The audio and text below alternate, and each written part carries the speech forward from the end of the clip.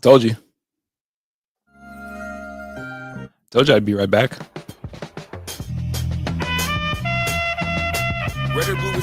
I told you I'd be right back. It is 5 to go. Kill You with Truth Network. I am Oren Lamena. Welcome in, welcome in, welcome in, welcome one, welcome all.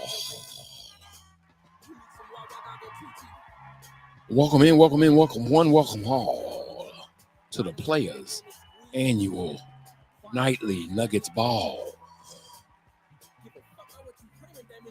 Woo. All right, so what do we got? Gentlemen, ladies, humans. Nuggets down 112-90, 8:35 left in the fourth quarter. Thoroughly played out, tricked out their spot. 22-point nights for both Jamal Murray, and Christian Brown. Christian Brown, 10 of 10 from the field, 2 of 2 from 3. So he did his numbers, he did his big one, and still with numbers like that managed to be a -17. It's just because they're getting, the defense. It's what you're giving up on the other side. That's crazy. Christian Brown is having a perfect night, and they're getting drummed.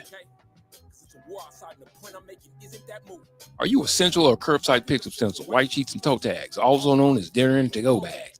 Tough night for KSC. Hate to see it. That's my guy right there. Media critic, you son of a, you slick son of a. I don't know your mama like that, so I would never deign to call her that. You slick son of a. Is this on coaching or did the guys just quit? Good question, Daniel. I'm going to say, you tell me what you think. I think you should tell me what you think.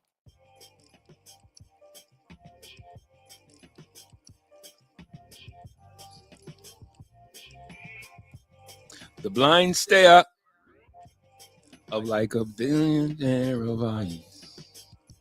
Oh my God, when I drop this project, by the way, I'm trying to tell y'all, I may not be the smartest of all the guys talking Denver sports. Okay. I might not know all the numbers that they know. But I guarantee you I'll wrap circles, I'll wrap metal around all these motherfuckers' heads.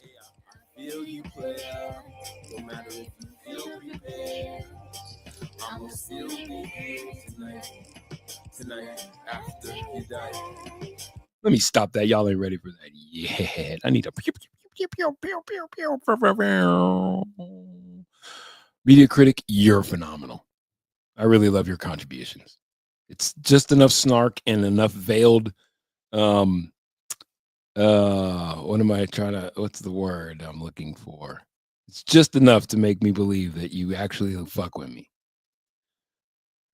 Oren, you are the most straightforward of anyone talking Denver sports. No fanboy. No. Thank you. I appreciate that.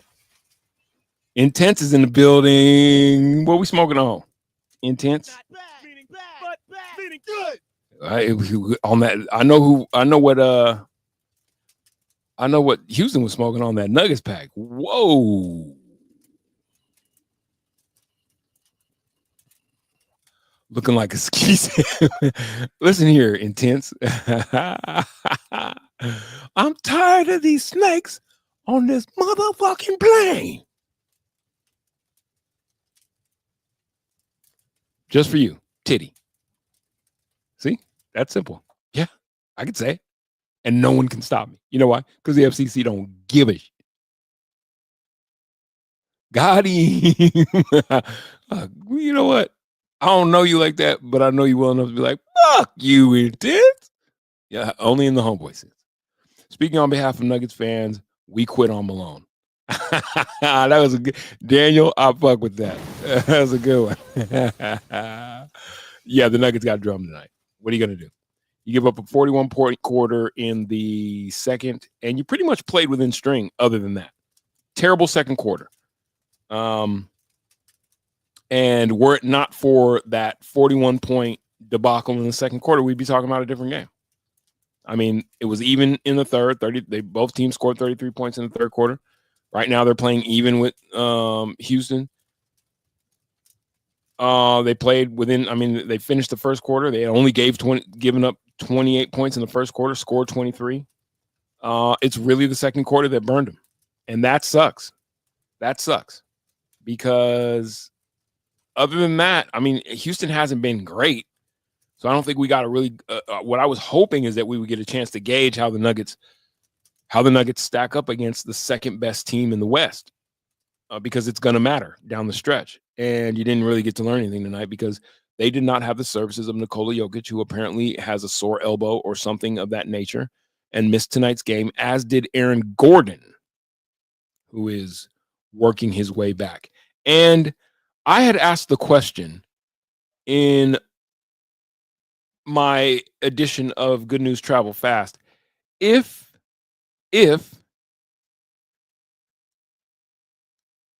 Russell Westbrook, if Westy and Joker are now besties, where does that leave Jamal? What does that mean for Jamal?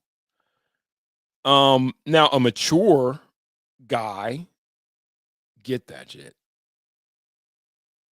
Man, Amen Thompson is really good at basketball. So is his brother. His brother plays for the Detroit. Look how he's looking at. Look how he's looking at P Watt. Peace Watt just got Peace Watted. Okay, Dario Sarge, score some points. At least earn some of that money that we're paying you. Any bit of it would be nice. Nuggets down 21-16 to 96. So where does that leave? Where does that leave Jamal? If it looks best and it plays best when it's Joker and Westy as besties. I think we've seen the best point production out of this team. I think we've just seen more continuity. This was a regressive night. This night, it looked like everybody regressed in certain regards. And again, they were victimized by one bad quarter. But I mean, Michael Porter Jr. just was like, I'm not going to sit the game out, but I'm going to take the night off. 4 of 7 from the line. So he forced the issue. He tried to get to the rim. Whew. Whoa. Oren, tits are the best. I'm a fan. Not going to lie. NGL, not going to lie. I appreciate him. Go ahead and like that.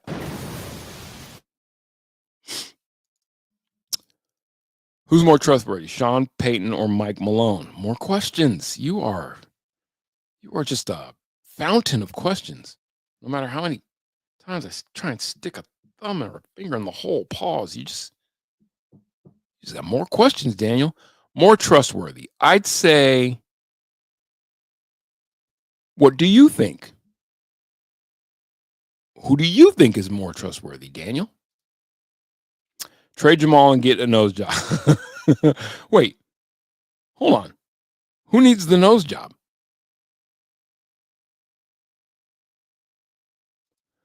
Let's go. I think they already went. Can't trade Jamal. Jamal's going nowhere, by the way. He is going nowhere. He's not. If he doesn't play like he played last night, and if he plays like he played last night, that's the worst thing for the Nuggets as a team. When Jamal's at his best, this team will be at its worst. Tonight is an example. I'm not saying he's the only reason they lost or are going to lose. His style of play is ball dominant, stand around, watch Jamal try and cook. And when he ain't cooking, no good looking. And everybody getting tooken to the rack and all that. Force him out. How do you force him out? We can as a fan base. You think that can work? You think that you can force a coach out as a fan base? How do you do that? We would force Malone out before Jamal. We will do it. Good luck with that. What the? I don't know, BT. What the? You tell me what the. I think neither, honestly. Me too. LOL. We Need a huge upgrade at backup center. DJ is too damn old. Well, they got a backup. His name is Dario Saric, and he is too damn bad at playing basketball. We all know you ball dominate. What's with the hate? Intense. First I'm a low rent Samuel Jackson. Now I ball dominate. Pause. What's your problem, bro? You all right? Intense. You good? You want an issue? Oh, his last name sucks. It should be Dario Sukic. That's how bad Dario is. Mind you, he got brought over for nights like tonight. Nights like this, I wish that Saric was anyone else besides himself. Nights like this, I wish. What do you think the Nuggets could get if we involved Malone in a trade? Nothing. How would he? When was the last time a coach was traded? I don't think you get much. Looking like Easy before he went Jake. What? Rest in peace, Easy, man. Them ain't jokes. Them ain't jokes you can make. You got to show up in person so that we can both make jokes. You got to show up in person. So if appearance is going to be a part of show fodder, I don't have a problem with that. I was raised on this shit, but I got to see what you look like, brother. You can't hide behind no avatar. I got to see what you look like, brother. Fair. Yes. So then we can cut at one another. You just pot shotting from the internet, bruh. Huh? Go on ahead and throw up your contacts or something in the chat, so then we can take a look at what you look like, brother, and then we can start having a conversation. You want to throw it? Let's throw it. But come on, come in here for real now. Jason Kidd was traded as a coach. He didn't get traded as a coach. Did that happen? Well, Hunter Tyser is in. So got this in the bag. These are the best games. The blowouts are the best games because that's when everybody just gets intense. Is calling me. These intense is taking shots at me. I'm saying intense needs to come in here. Put your contacts in there, brother, so we can. And then we'll have some fun. And in here taking shots at Hunter Tyson. These are the times when I love us. I love us. Intense. I ain't tripping on it. Come on, brother. I'm with it. Go Nugs and Habs. You're better off when you're talking shit. Don't try and nice it up. I changed my mind on lick it. Pick it, you mean? Iggy. There's no lick it on this team. Pause. There is no lick it on this team. Pause. There's a Pickett. How did you feel about Jamal and how he played last night? I thought Jamal played well last night, but I don't think it was to the team's best. I don't think it was in the team's best interest. When Jamal's at his best, he's allowed to cook and everybody's kind of watching, right? Everybody's because he's not effective without the ball in his hands in terms of putting himself in a position to score. He's not cutting. He's not coming off picks. He's a dribble his way into his shot. And last night he had it going. And so what ends up happening is that everybody gets used to just standing around and watching Jamal cook, which is terrible for the Nuggets as an offensive team. I thought he had a great game last night, though. I thought he really did have he had it going. And we were talking about it earlier. Did it surprise you, Johnny, that he had it going on a nationally televised game night? And is there a character issue with Jamal? And I know I'm very critical of him. I have promised that I was going to not just Jamal bash, and I think I've kept that promise. But at his best, you're positive, motivating within my. At his best, the Nuggets offense will be at its worst because of his style of play. He's a low rent Carmelo Anthony. Carmelo Anthony was one of the greatest scorers in the history of the NBA. So all that jab step, dribble, it was worth the price of admission, and it led to many wins. If Jamal is going to be good, it's because he's got the ball in his hands, and that's just kills. That kills you. Less possessions in the game, just less flow in the offense. So it's 6 in one hand, a half dozen in the other. Is that how that works? Or it's a blessing and a curse? It's a gift and a curse. That's how I feel. Okay, you clean that up, Iggy Pickett. I knew who you were talking about, but you know I had to give you shit. I got Intense on my back. Intense is giving me shit. He's telling me that I look like Samuel Jackson and Do the Right Thing. You know, saying I look like Gator, and I'm like, I'm trying to fend that off. I'm trying to talk intelligently about the Nuggets game. I'm trying to entertain you, lovely human beings. I got a lot going on, so I'm sorry, Iggy, that I pointed out what you already knew was that there was no lick it. Pause. No stick it. No whip it. Just a pick it. What our boy Jalen do? What did Mr. Penn State do tonight? What did Jalen Pickett do? 16 minutes, 2 points, 2 punts, 4 assists. That's good. That's cool. The Nuggets are statistically, I've said this before, I'm going to say it again. The Nuggets are statistically the worst team in the NBA when Joker's not on the floor. When he's not involved, they are statistically the worst team in the NBA. Speaking of Easy, Straight Outta Compton was a good movie. Good movie, great movie. Who would have thought when you were watching or buying into whatever age group you're in, if you were old enough to remember, if you were old enough to be there for the happening that was NWA, who would have thought that team would have, that band would have had a feature film made about them 30 years later? Crazy shit. That movie is great. I really did like that. That was a really good. Those movies were like the Biggie one. Rarely do those games ever like really match up. Do they ever meet do they ever answer the call? Every depiction of okay, he's courtside. My boy Norm is courtside. I was trying to get my cousin in here. Rarely do they ever match up.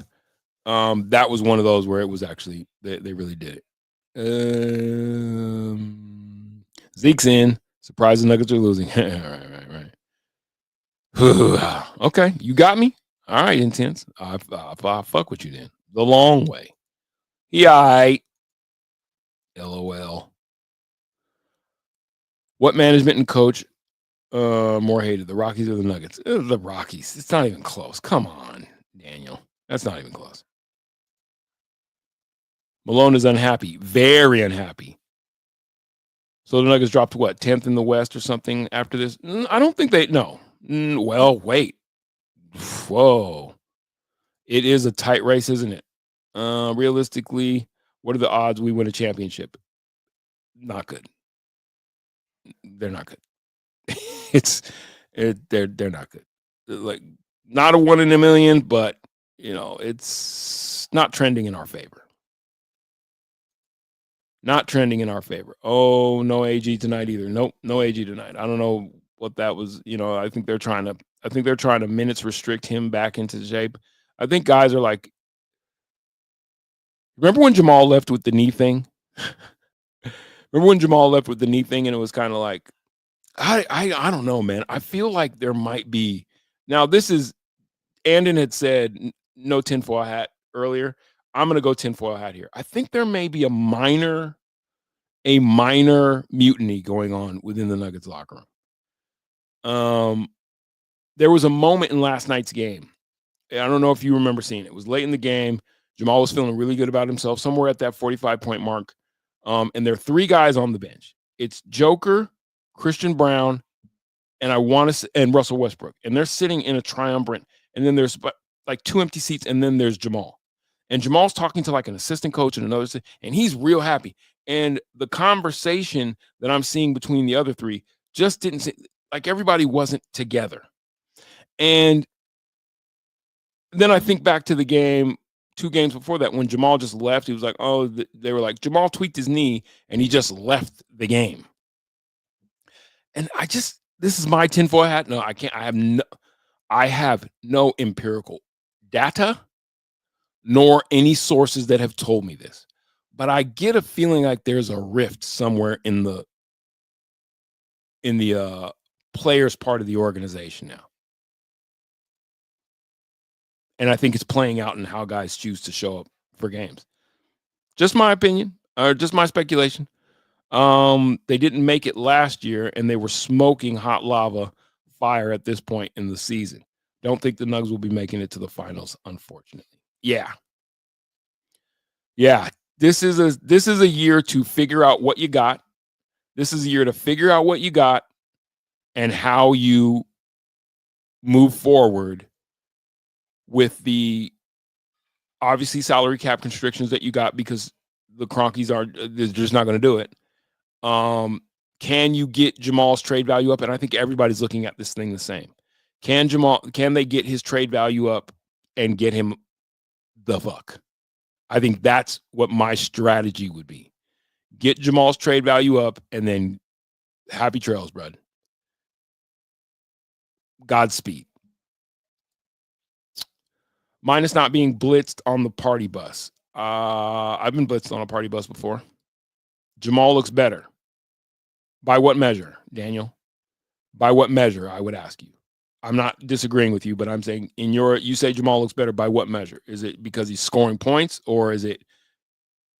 I feel like Jamal looking better is strictly based on we saw a 45 point night, and then it's like, oh, okay, Jamal's back. And it's like, yeah, but is it within the flow of playing the type of basketball that's going to win you a championship? And I just don't see it. Oh, thumbs up. Do you think the players are still like Malone? Oh, that's a good question. Now that's a good question. I'll tell you why. Because we know that Jamal's biggest advocate has been Mike Malone. And I think the easiest way to lose your locker room is when players see that you will favor a guy even beyond everyone's best judgment. Make excuses for a guy, I just love, and there's this really weird, I just love Jamal thing that Mike's got going on, which is cool, but it's like, it's kind of contrived. It's like, okay, the guy fought back from injury. He's not the first player to have been injured in the game, so he shouldn't be treated with kid gloves, is all I'm saying. And he definitely should not be allowed to be a pariah in the locker room. And which brings us to this point. Jamal has snubbed AG and Joker in huddles on the sidelines a few times this season. Saw that, and it made me feel uncomfortable. We've all seen it. Like, what the fuck is your problem? And I truly believe that, again, without empirical data or inside sources, I believe that Jamal bristles at the thought that it's the Joker show and he's just along for the ride. Because Jamal thinks that he should be an all-star. And we know that about him. Jamal looks better. Oh, I read that one already. Since Booth fucked this, he can go too. Absolutely. I would have fired Calvin Booth. I mean, it doesn't do any good to fire him midseason, but he definitely wouldn't make it into another draft. Fuck that. He wouldn't make it through another offseason either after how he handled this one. For what? For what? Porque why? New direction. Need a new direction. And maybe it's time to send a message that way. Maybe that's one thing that you could do. But I don't know. Here's the problem. I don't know if the Cronkies are even paying attention. Here's a question. I'll ask this to Daniel Miller and to y'all. Do you think that the Nuggets ownership is bothered by what is happening with the team? Do you think they're bothered by it? Because that's where it's going to matter, right? Who sits above Calvin? Josh and Pops. So if they're not worried about things trending down a couple of years after winning a chip and having the best player in the game, then I guess Calvin Booth keeps his job, right? What's the motivation to get rid of him? More than 14 points.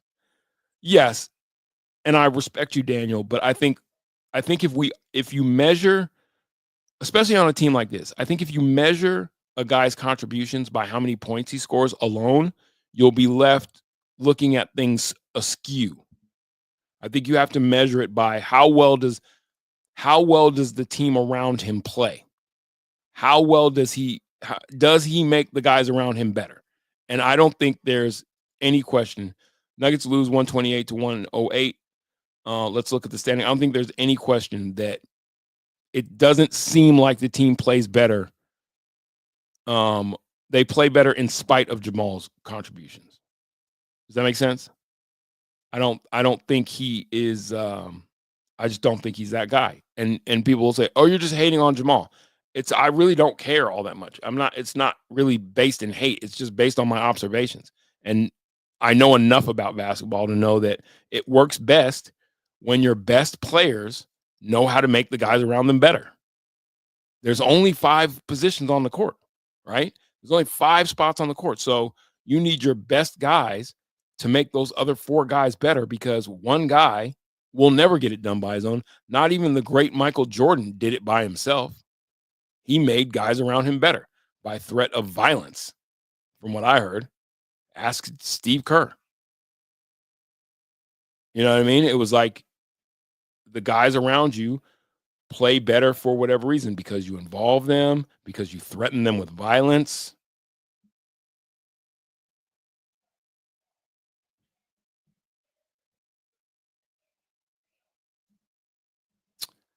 I'm trying to see if I can get to this Nugget sound, hopefully. See if we can hear from the boys. If you hear any noise, it's just me and the boys over tonight. When the Nuggets post game, when they come on, I'll get you, when we get some sound, we'll listen to them explain themselves. We'll hear from Coach Malone and all that.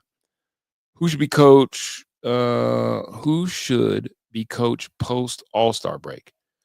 I don't know. I mean, I could see firing Mike Malone. This is obviously a season where you're not going to the finals. It's just, I don't see it. And if they should go on an extending losing streak, I do think Mike Malone will get fired. That's the easiest thing to do to make it look like you care. Brown and Murray had the same amount of points tonight. That's messed up on some level. Yeah, both of them scored 22. Let's look at the standings real quick, and then I'll get to some of your comments again. So with that loss, the Nuggets dropped to 24-16. No, they stay in 4th place. They're just 9.5. The beauty of the way the West is set up right now is that the Clippers are 2 full games behind the Nuggets. And then everybody else is 3 or more games back. And so the Nuggets are going to have to go through a skid to drop out of this. They're going to have to go through a serious skid to drop out of that 4 spot. But what you want to do is you don't want to lose too much contact with the teams ahead of you. But Houston's in the 2 spot, and they're only a 27-win team. You don't have 2 30-win teams in the West right now. So what you're really, really dealing with, and what you're really wanting to do, is play within string. But I'm of the opinion, like, why? I'm not saying why try, but why not try and figure out what comes next? But think about that Steph Curry clip that I played during Good News Travel Fast. Steph Curry was like, here, I'll play it. For those who weren't here, I'll just play it. I thought this was super interesting and very instrumental in depicting what you want out of your leader, what you want out of a guy who, quite honestly, has no reason to not want to win now. He doesn't know how much longer he's going to be able to play basketball, right? But instead, this is Steph Curry on how he feels like the Golden State Warriors should handle trades and team makeup when the team isn't playing at a championship pace. Great. No sound. Deplete the future. Like, there is a responsibility. Well, let me start it over. On allowing, keeping the franchise when in a good space and good spot when it comes to where we leave this thing when we're done. If you have an opportunity where a trade makes sense, or even in the summer free agency makes sense, like, you want to continue to get better. Nobody wants to be stale or be in a situation where you're passing up opportunities, but it doesn't mean that you're desperate, just flinging assets all around the place just because you want to do something. You're desperate, So when you hear that coming from arguably one of the greatest to ever play the game, quite literally, when you hear stuff like that, it's like, okay, maybe we as Nuggets fans need to look at this thing a little different. If Steph Curry, who has the guy's got 4 rings, he ain't got no reason to be sitting around, jaking around, like, taking seasons off and just wasting time. I mean, he makes a good living. So, I mean, it's not like he's, it's not wasting time, but it's like you want to be vying for championships. You want to be playing you want to be in the conversation. And you kind of get the sense from that. He's like, well, if it comes at the expense of the future for the franchise, then no, just don't make willy-nilly decisions. Now think about the Nuggets position. No draft picks because silly decisions were made. Trying to compose it, put together a team that could chase a championship. I'd have to really look back at the trades that lost us all those draft picks, to be honest with you. I don't even. Okay, hold on. Malone's about to talk. You guys have to be perfect, and you just Yeah, weren't. and we talked about a pregame. That's what they do. I mean, they're an elite defense, number 3 in their defensive rating. They're top 10 in points off turnovers. They're top 10 in fast break points. And to your point, they had 14 steals, which led to the 20 for 34, and that fuels their break, 25-7 in fast break points. And when you're without your starting power forward and center against a team that sits number 2 in the Western Conference, you got to play damn near perfect. And we were definitely far from that tonight. Not only a disappointing outcome, but just a disappointing night overall. Give them credit. But we got to get on that plane tomorrow morning and go play in Miami and find a way to, 1, get healthy, and 2, to stop beating ourselves. What happened with Nikola warming up that led to him not being able to play? He hurt his elbow. He had a sleeve on warming up. But was there anything discomfort-wise that he had going into that, or was it just? No, it was just something that popped up last minute. And then severity-wise, is it just kind of? I haven't talked to the training staff yet, so I'll have a conversation with Steve Short and kind of see where we're at with that. If you take away, or the second quarter is where the game kind of seemed to turn because you guys were competitive the other 3 quarters. What happened in that second quarter that you were able to take control? Yeah, I mean, it was a little bit of everything. Obviously, they scored 41 points. They shot 60 from the field. 60 from the field is a very high number. And they made 6 of 10 threes, so they also shot 60 from the three-point line. And in that quarter, I believe turnovers were an issue the whole night, but in that quarter, we had 4 turnovers for 11 points. And I understand we're going to turn the ball over at times, but your goal should always be to only allow less than 1 point per turnover. So to have 20 for 34, that shows poor resiliency. When we turned it over, we didn't hustle back. We didn't make extra effort plays to try to limit their points off turnovers. But I agree. The first quarter was ugly, but we were down 5. Second half, we got scored them by 1. But that second quarter was definitely where the game got away, and we were never able to get back into it after that. Coach, I know you're going to make excuses, but is there a difference between a guy getting hurt in a game, early, a concussion, whatever, or right before the game versus knowing, hey, we're not going to have so-and-so tonight or these guys, so you're mentally ready to go, and we all have to step up versus kind of the shock of it? Well, yeah, I would say to your point, we've known guys are going to be out before, so you have a chance, even on a back-to-back. Like, the schedule's been brutal. I mean, I think we've had the most back-to-backs, the most rest disadvantage games, and the fewest rest advantage games. So and Miami will be our 3rd game in 4 nights in 3 different time zones. But that is what it is.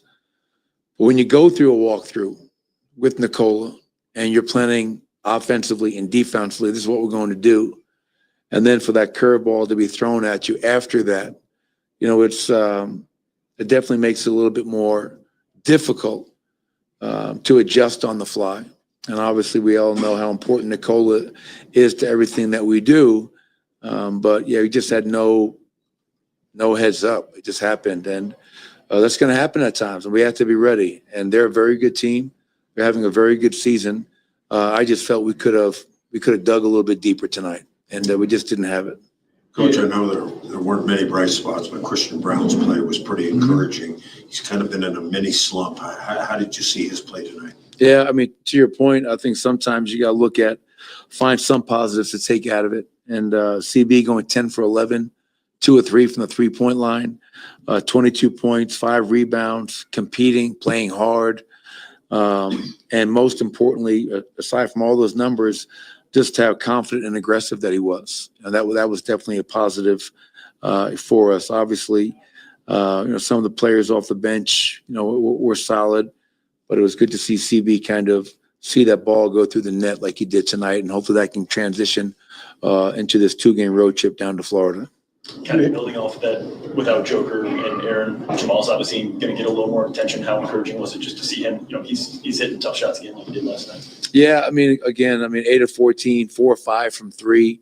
The turnovers, obviously 5 assists, 5 turnovers. I started backcourt at 10 combined, and both Russ and Jamal know that, they have to be better with the ball, and they will be better with the ball. But against that defense, who gave Jamal so much attention, it was great to see him put up another really efficient night. That's the most important thing for me, Vinny, is that not only did he score, but he did so in a very efficient manner against an elite defense with a lot of guys that are big, strong, physical, and they were trying to take him out without Nikola and Aaron. Previous 10 games, you played pretty well as a team. Through the injuries and getting experience for your young bench, how close to a groove or finding your identity as a team do you think you have gotten? Well, I think it's been our best stretch of the year. I think, and then even with Aaron kind of working his way back in, coming off the bench, our starters have played very well, and more importantly, I think our bench has played really well. We've been able to, rest Nikola, to 7-minute mark in the fourth quarter at times, which is phenomenal. So yes, when healthy, and tonight, well, obviously, I think was this isn't who we've been, but I like how we've played 8-2 in the last 10. Number 2 offense, number 4 defense. Kind of understanding why you win in this league is really important, and I think our guys are starting to figure out. We know what we have offensively, but if we can bring it defensively every night, we'll have a chance to be a team to be reckoned with down the stretch. Thank you, Coach. All right. You heard him. You heard me. Hold on. You heard him. Hopefully my mic doesn't start doing that thing. I'm not going to be with you much longer, but I want to discuss some points of what was said. And, I know that Jamal is – okay, wait. Jamal Murray's at the podium. Hold on. Already mentioned not, having them walk through. So when it's Joker or anybody that you're counting on and they're not, does that kind of change the approach when you guys aren't as ready versus knowing, tomorrow night we're not going to have so-and-so, so I have to, or we all have to pick it up? Yeah, it changes the game plan a little bit, for sure. You guys had 20 turnovers tonight. They had 34 points off of your guys' turnovers. Obviously, that's what they do, Houston. Is there anything kind of taking away just in terms of taking care of the basketball tonight? I wish you guys could see him. I had 5 of them, so just don't turn it over. Did you have a chance to talk with Nikola at all pregame, just kind of the sense of the injury that he had? No. How's your knee hold up? Good. Yeah, good. The anti-inflammatories, man. What's your impression of this Houston team? It's the first time you guys have seen them this year. They obviously second in the West now. They seem like they've really moved forward this year. Yeah. They got a nice squad. They got aggressive defenders, and they play the right way, and they believe in each other too. So they're trying to get somewhere. They're motivated. I think just them being out of the playoffs for a while now, and they're playing like motivated to get there. So you can see it, you can feel it. Personally, how good have you felt these past 2 games with the numbers you've been putting up? Good. What kind of question? Coach said that even undermanned and then being a really good team, you felt like y'all could dig deeper. How do you think y'all could have dug deeper? Just better start. Attention to detail. Owning our spots. We gave them a couple. Like we played good defense, gave them a couple of second chance points. Turnovers compiled. When we turn over, we weren't resilient to the turnovers. So I felt like today was just one thing after another, and we weren't able to come back from it. So, it wasn't one of those games. We had like 80 something at the end of the third, and they had over 100, and they played well tonight. So gotta give them credit. What's been the biggest challenge you think for this group so far this season, and how close do you think as a team you are to where you want to be or at your optimal? Just keeping everybody healthy at the same time. We always have one or two guys out, and kind of messes up the flow. We get games like this where we just don't put it all together. So it's just tough. Second night of back-to-back, we've been so resilient all season, but just didn't get it done today. It didn't, like I said, from the jump, we didn't, they didn't feel us from the jump, so they got comfortable. Guys started to get a rhythm. Guys off the bench started to get a rhythm for them too. And like I said, it's just we didn't, too many turnovers. We just gave them everything they wanted. They beat us, but we definitely helped them out. So it was just a tough one tonight. Just a tough one. What do you think of CB's dunk on Whitmore?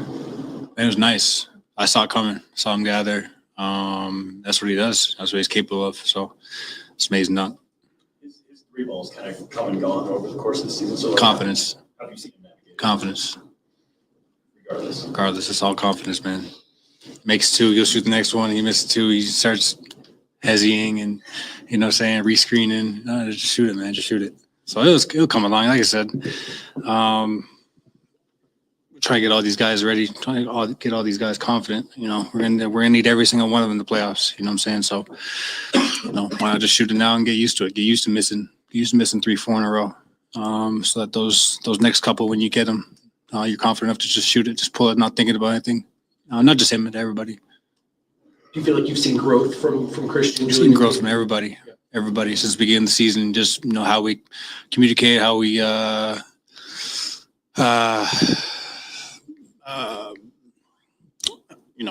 they weather their minutes and playing and not playing and being in and out.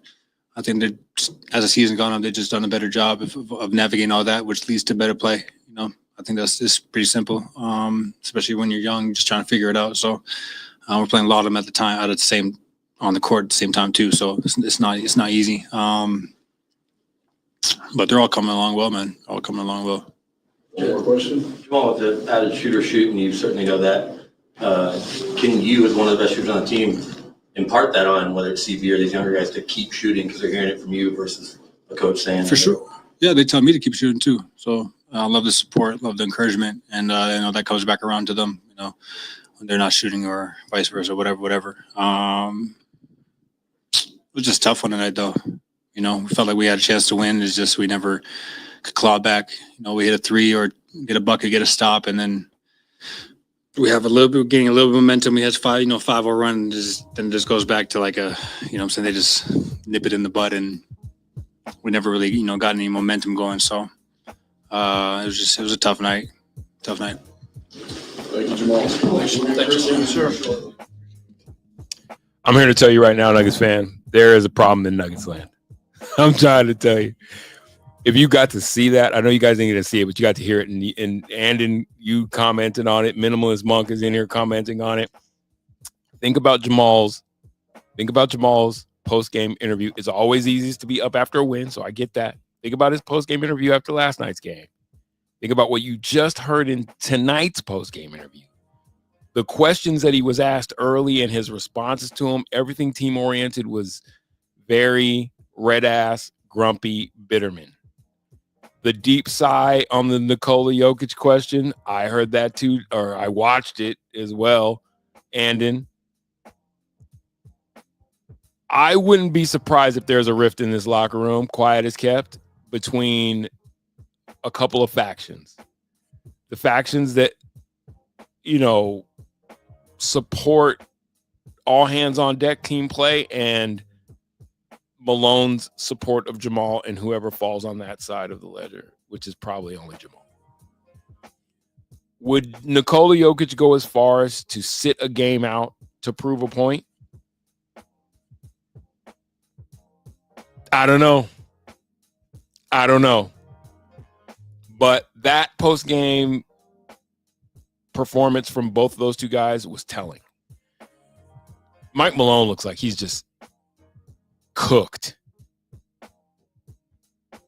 And I think that this team has some serious attitude issues. I think there are some serious rifts in this, and they'll never show up. Again, I have zero sources. I'm just reading body language and using my intuition. There is a rift in there somewhere. Something ain't right. They don't want MPJ around either, but they can't say it. I just think that I don't disbelieve that. I think that there is a set of professionals, and then there's the guys who are delusional. Remember what the UCLA coach said? Watch. Hold on. And then I'm going to make room for Dan Tanner. I don't know if Dan's on or not. Dan, I'm sorry if you are. I'm vibing with the chat. I'm just vibing with the chat, man. I'm just vibing with the chat. I'm going to get out of your way in a second, but I just want to reiterate this point because I thought this was a great point made by a guy who kind of summed up today's basketball player, today's version of professional.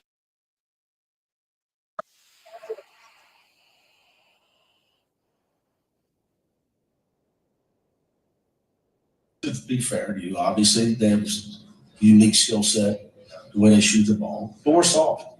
I have to run on the court to get guys to play hard. It's crazy, and it's every day. I'm tired of it. It's every day. I have the most energy of anybody at practice every day. I'm upset with everybody in that locker room, my assistant coaches and my players. I don't need to do anything else. I almost got 500 wins. I'm only 53. You think I'm coaching the Lakers? It's a joke. It's a joke. But yet I come in and I have more passion and energy and pride than everybody, and that's the problem. The truth of it is, Ben, it's really hard to coach people that are delusional. The hungry dog gets the bone. We got guys that think they're way better than they are. They're nice kids. They're completely delusional about who they are. The problem, I told them, I said, the toughest guy in the room can't be me every day. It can't. It can't. UCLA That right there. 24th ranked Michigan last That right night. there, to me, is a micro. I mean, I appreciate that, minimalist. I appreciate that. Thank you. I love what I do. I love doing this. I love talking to y'all. I really do. I'm that guy who would definitely be seen in many areas, a bar, restaurant, probably my family waiting on one side. I'm chopping up with somebody about sports or something. Oh, Christian. I don't think I'm going to go to Christian Brown sound because I just want to finish this point out and get out of here so Dan Tanner can do his thing in the paint. I think Nick Cronin, is his name Nick Cronin, UCLA coach, I think he summed up what Mike Malone and many NBA coaches' challenge is. These people are delusional. And when I say that, you have to have an element of delusion to be the best anyway. There has to be an element of you that says, I don't care that there are 18 million people watching. I relish. I want that moment. It says, put all the pressure on my shoulders. I'm going to kill this shit. So there's that. But then there's this basketball, this Western AAU basketball. All these kids are being told you're the greatest things in this life. And then when you introduced social media, gone. The ability to reel these guys in as to what their real value is versus what their. So Jamal thinks he's an all-star. This is going to sound like a Jamal kill session, but it's not. Jamal, I'm just using as a centerpiece, as a microcosm of a whole macro problem. These guys, not everybody's going to grow to be 6 foot tall, 6'6", 6'7", 6'8", 6'9". So some of them are, you're just And a lot of them are good at basketball, but are they great? Are they Kobe Bryant, Mamba mentality great? And I'm telling you, it's a 6%. It's not even a talented 10% of the NBA's ball. Like 6% of these guys are great basketball players. Everybody else just looks the part and is tall enough to be able to do it. And they've been being told, and then you got drafted, and now you're getting paid. And it's like when guys I'll take, and it sounds like get off my lawn. I'll take an older era of basketball player always, because there was just a sense of pride to what they did. And you just don't see it. And the further we get down the road, the more you just see this delusion from these cats. Players getting lazy because they're making too much money and fans keep paying. It's true. Now it's college top NILs. It's true. The horse is out of the barn. And I will always side now, mind you, Iggy. I'll always side on behalf of the players, because if you can afford to pay this cat in your roster hundreds of millions of dollars, imagine how much money the owners are making. But having said that, that's never the proposition, right? Walmart makes so much, they're not paying their cashiers $90,000 a year, right? They want a profit margin. Okay, that's cool. Go start your own league, whatever the thing is. But I'm just saying, like, there's no equity in basketball. Football, I say this and I mean it, and it's the only reason why I repeat it. Football will always be the best product because of desperation, because guys have to play to get the contracts. There is no laying up.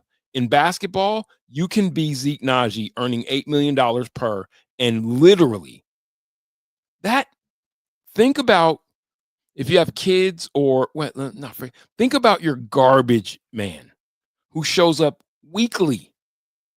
Because if the garbage men don't show up weekly, you would live in a cesspool of a city. Now think about, and that's, if they don't do their job, that's where you live.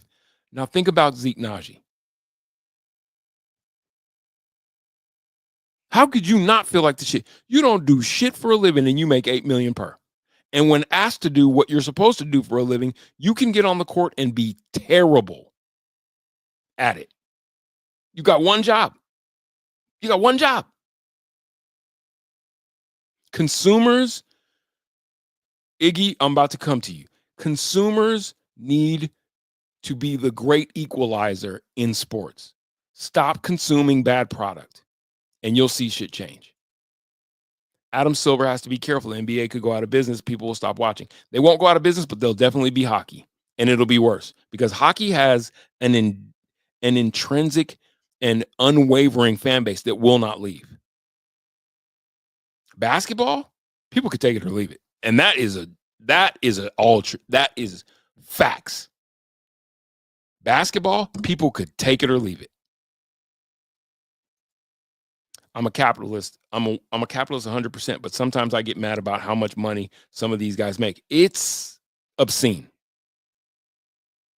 It is obscene. When placed in the context of value is all I'm saying. It's not obscene that they're making it. It's obscene that they're making it when you think about their contribution. Real quick, I know I said I'm gonna get to you. I'm gonna get to you, Dan Tanner. I promise. Hold on. Let me show you something. Spot Rack. I just want to show you something. This is crazy that you can get paid this kind of money and not be good at your job.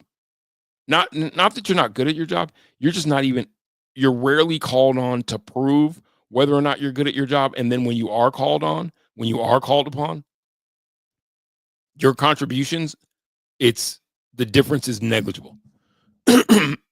Value. We're talking about value. I'm a capitalist myself.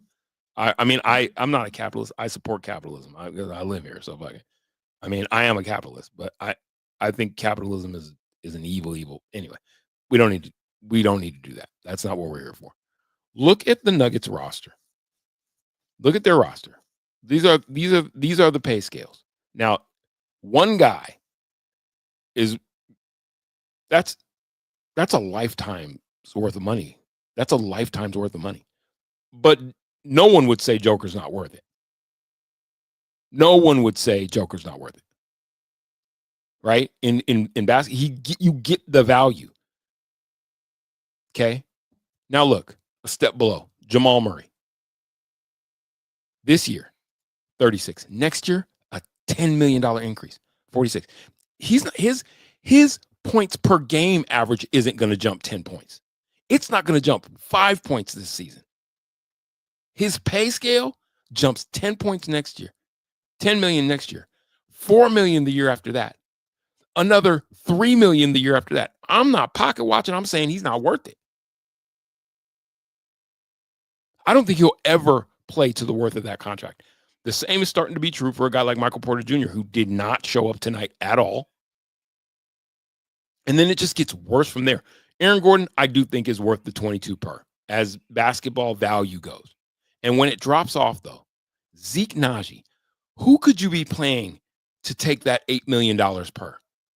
And Zeke Naji is signed up all the way through 27, 28. Dario Saric, $5 million per this year, next year, and he's an unrestricted free agent after that. His cap number, that unrestricted free agent year, $10 million for Dario Saric. Russell Westbrook this is a steal for what you've gotten out of Russell Westbrook this year, Nuggets fan. That is a steal. $3 million for a Hall of Famer who's doubling up on triple doubles with your Hall of Fame center. Christian Brown, value. Deron Holmes, injured. Julian Strawther, value. Peyton Watson, value. Quite honestly, you're getting value out of Peyton Watson.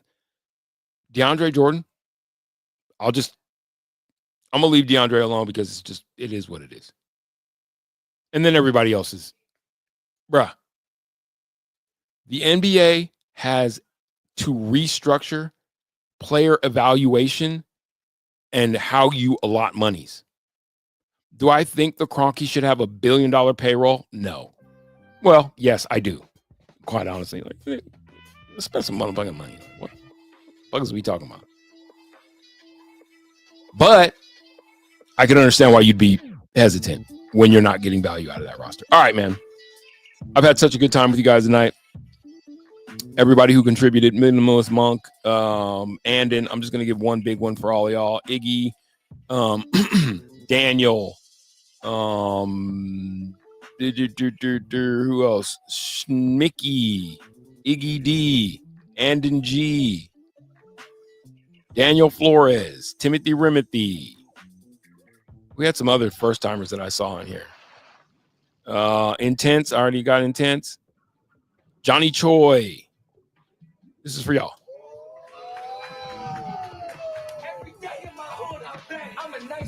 BT.